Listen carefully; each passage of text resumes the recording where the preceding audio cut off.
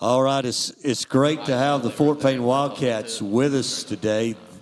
Coach Elmore, we talked earlier that he couldn't be there tomorrow in DeKalb County, so he wanted to come today, and we're glad they could come today. Coach Chris Elmore.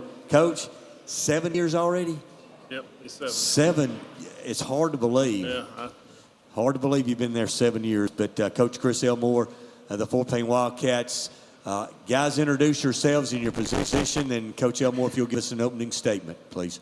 I'm going to introduce them if I can because I want to talk. First of all, thanks for letting us come today. 3 of these guys are going to church camp tonight for all weekend, so they weren't able to make it tomorrow. So I wanted to be able to bring them, and but didn't want them to miss out on their church trip too. So I'm kind of in a unique situation this year. Probably I would argue that maybe no coach has ever been in the situation I'm in right now. So I want to kind of share with you a little bit about it. I told Carl about it on the phone one day. But so most of you know I'm a coach's son. My dad coached for years and years at Fort Payne and some other schools. So I grew up a coach's son. But this year I've got Carter Tinker on my far right, who plays inside linebacker for us. His dad is our strength coach and our defensive line coach. So Carter's a coach's son. I've got Brandon Oliver on my right, who Brandon's mom and I kind of grew up together. Her dad was my defensive coordinator in high school, so Brandon's granddad coached me, and now I'm getting the chance to coach him. And then to my left is Dax Varnador, and Dax's dad's on our coaching staff as well. He's our defensive coordinator. And then on my far left is Connor Kinsley, and ironically, his granddad was the one that baptized me in church when I was 13 years old. His granddad was my pastor growing up. So a lot of connections here with these 4 guys. A lot of guys, known their families for a long time, and having 3 kind of coaches' sons up here with me is a unique perspective for me. But the other thing about it is they're also 4 really good kids and 4 really good players, and all 4 of them played a lot for us as sophomores.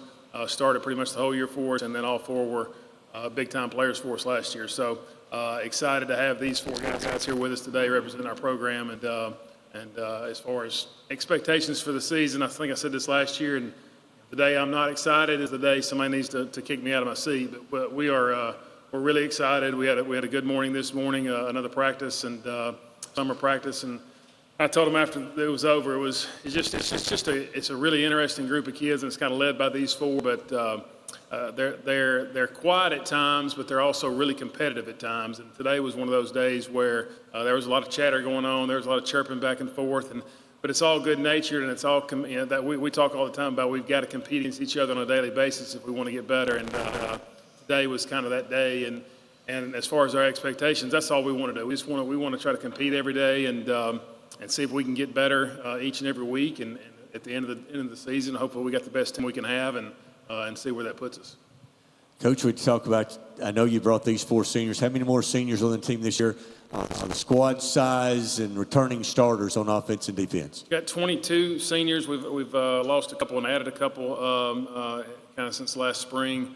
And then we've got 8 back on offense that played significantly, so we've got a lot of guys back on offense. Lost a really good receiver in Nolan Fowler that had 50 catches for us, and lost a really good running back in Caden Dubose, and lost a couple of good linemen. But got 8 guys back on offense that played a lot last year, including our quarterback to my left here, and including our leading receiver, Brandon, to our right. And then we've got 5 guys back on defense.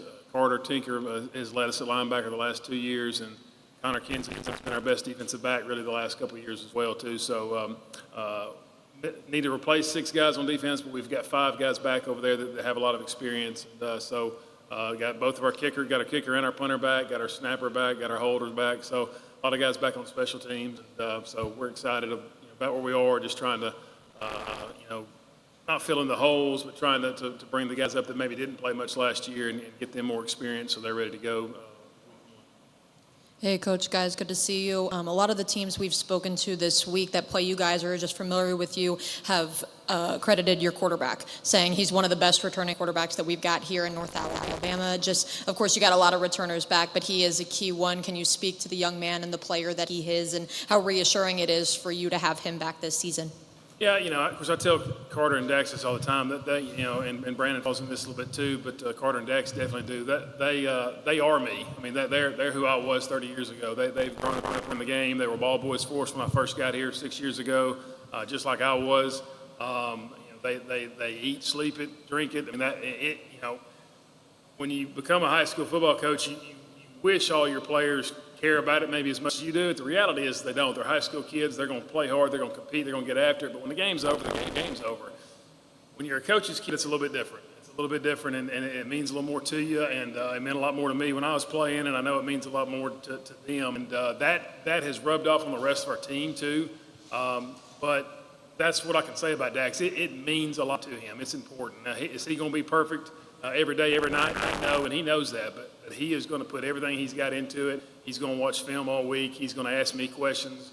He's waiting on me, Monday when practice is over, want to know if he can get the latest copy of the play sheet, and he's going to ask me again Tuesday, and he's going to ask me again Wednesday, and he's going to know, our call sheet as well as I do by Friday, and, he's going to know what we want to do on each and every situation, each and every, series, whether it be red zone, 2-minute, whatever we're doing. He's going to have as good an understanding about what we want to accomplish as I do, and so with that becomes a lot of trust, and we trust him a lot, and we believe in him, and, it's a tough position to play. You're going to make mistakes. You're going to make bad throws. You're going to miss reads, whatever it is. And but he handles it all in stride. If he makes a mistake, he doesn't blame anybody else. It's always on him. But he's always trying to find a way to get better, find another edge. He's coming off off-season shoulder surgery, which was disappointing for him. He's missed some camps this summer, but he's come back. He's done that just like he's done everything else. He's done great. He's back as good as he was before, and he's really been throwing well here the last couple of weeks. And so we're excited he's back and with us and going again. And but yeah, I mean, it's a coach's dream because anytime you got a guy that cares about it as much as you do, it sure does make my job a lot easier.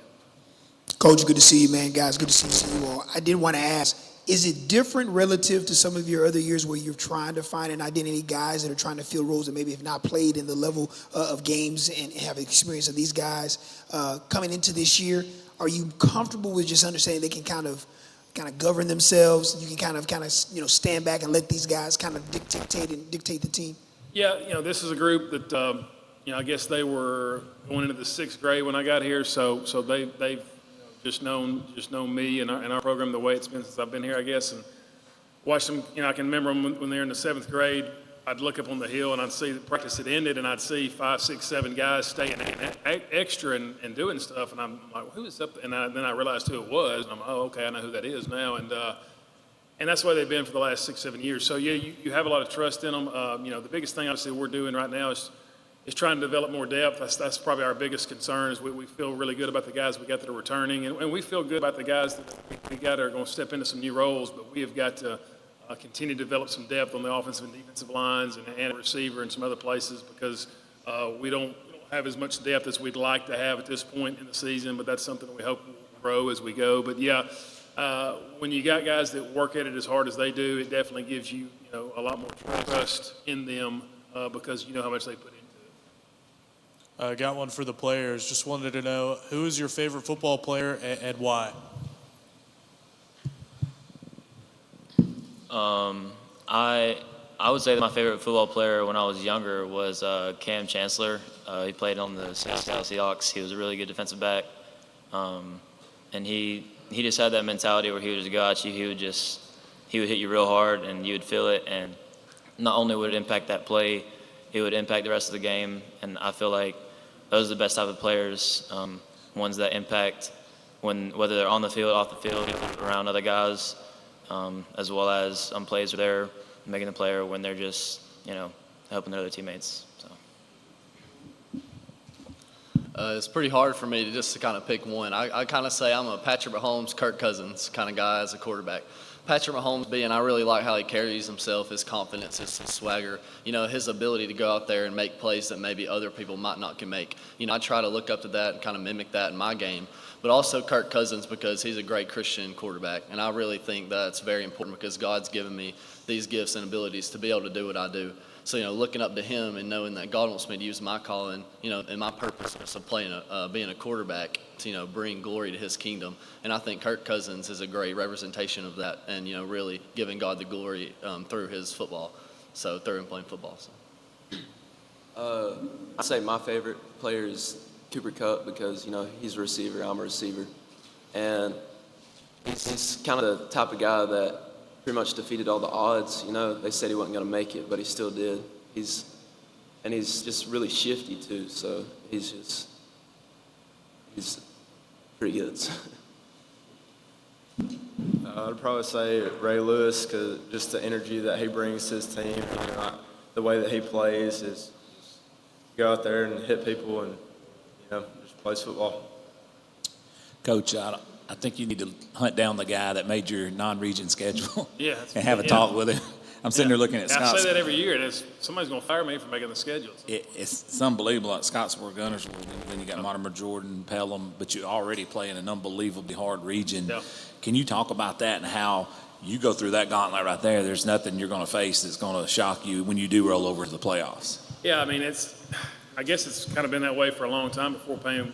We typically have always had tough schedules, and I don't know what the real answer. I take it as a compliment, I think, because some people maybe didn't want to play us this year that have always played us, and that's no knock on them. But, you know, we were hoping to keep playing Cherokee County, but wasn't able to make that happen. Etowah, we've played for years, and we're not going to be able to make that happen anymore. And then ARAB, we weren't able to make that game happen. So we were disappointed to lose those 3 games. But, you know, and then when you start looking around, there's just not a lot of games out there, you know, that I guess you know, easy wins or whatever you want to say. So we've picked up some people that are going to be tremendous challenges for us. But I've said this before, I don't think these 4 guys would want me to make a schedule that has teams on there that we're supposed to beat. You know, I think that they would be disappointed in me. They want to be challenged. And I think, you know, starting out with Scottsboro out of the gate and then Gunnersville right behind them, you know, you're going to get challenged immediately the first 2 weeks. Now the good thing, the one good thing I did on my schedule is we got a bye week right after those 2 games, so we can maybe take a step back and see where we are and kind of recalibrate, so to speak, and heal up from those 2 very, very tough ball games to start the year. But I think it's what these guys and the rest of our team would want. I think they want to play the best people we can play. And, you know, Gunnersville's had a great team for a long time, and Coach Reese does a good job. And you know, Scottsboro was able to beat us over to our place last year in a great game, and they did a great job. And my good friend Coach Bell's not there anymore, but Coach Van's already stepped in and doing a great job. So we know we've got 2 huge challenges right out of the gate. But I think that's why you play. I don't think you play for any other reason but to be challenged. And then, you know, like you said, from Southside to Gadsden City to Buckhorn to Lee to May Jemison, all the way down the road there, we don't really have a night that you can just walk out there. And we learned that the hard way last year. We went over there to Lee last year and not in the right mindset, and I'll take all the blame for that, and just did not play great, and they did, and they beat us in a very good ball game over in Lee, and that taught us all a very tough lesson that, you know, we've got to show up every Friday night ready to play, and the good thing is our schedule makes us do that. We're not going to have a night where we can just, you know, sort of put the helmet on and go out there and jog around and figure it out. We better come ready to play every Friday, but I think they're excited about that too. Coach, first of all, it's good to see you again. I know 7th year at Fort Payne. First of all, to all my media friends that do TV, the quarterback's answer ought to be the one we circulate on social media a little bit later on. That was awesome. I want to say thank you for that. But for the players, what have you done this offseason to better yourselves, both individually and as a team, to get ready for this season? Bo kind of stole my question, so I had to come up with one on the fly. But what have you done individually and as a team to prep yourselves to get a little bit further on in the season than what you did last year and have a better outcome, a better taste in your mouth when this campaign is over? Yeah, I feel like we've, you know, been doing most of the same things. We've just been really emphasizing, you know, being here and coming, and especially to compete. A lot of what we do is obviously competition-driven, offense versus defense, and we really feed off that, and I think it brings us closer, and it's only going to help us later on. You know, like Coach Elmore said, I'm coming off of a shoulder injury, a surgery, so this summer's definitely looked different for me. You know, so my focus has been to get that back, rehabbing my shoulder. And, you know, as a team standpoint, I just think just keep building that brotherhood, knowing that, you know, for us 4 up here and as well as, you know, a lot of other guys on our team that's been key contributors, that it's our last year, and, you know, it's our last year to do what we said we've always wanted to do, which was make Fort Payne, you know, known. We want to gain that respect, you know, all across the state, and know that Fort Payne is a team, and we want to leave the place better than we found it. So, you know, just doing those things to keep building, you know, building off of that this summer has definitely been one of the things that I've really been trying to do this summer and be a great leader as well, the best leader I can be for those guys, even through my injury. When I just to give them the assurance that when I'm back like I am now, that we're going to pick right back up where we are, and we're going to even do more dangerous things than we did last year. I feel like this year we've definitely been competing a lot better in practice and 7-on-7s and all that. And an example of that is me and Connor. Connor's DB, I'm a receiver. So we compete against each other every single day. And, that just gives us the confidence that we need on Fridays and to know that we've done all we can do to play our best. Like some of those guys said, just being there every day and coming to work with the right mindset and making sure those younger guys that we think can contribute to the team, make sure they're there every day and just competing against each other. We'll wrap it up with this. I've asked all the other players that's come through. Guys, team goals that you've talked about as a team and maybe individual goals that you have here during your senior year, Fort Payne. One thing Coach Elmore always emphasizes for us is just having a 1-0 mindset every week. It's often beneficial for me just to focus on what's ahead and just to look at the game that we have and just say, hey, we're going to win this game and then we're going to go win the next. So that's what I think we need to focus on, is just staying 1-0 every week and keeping the main thing.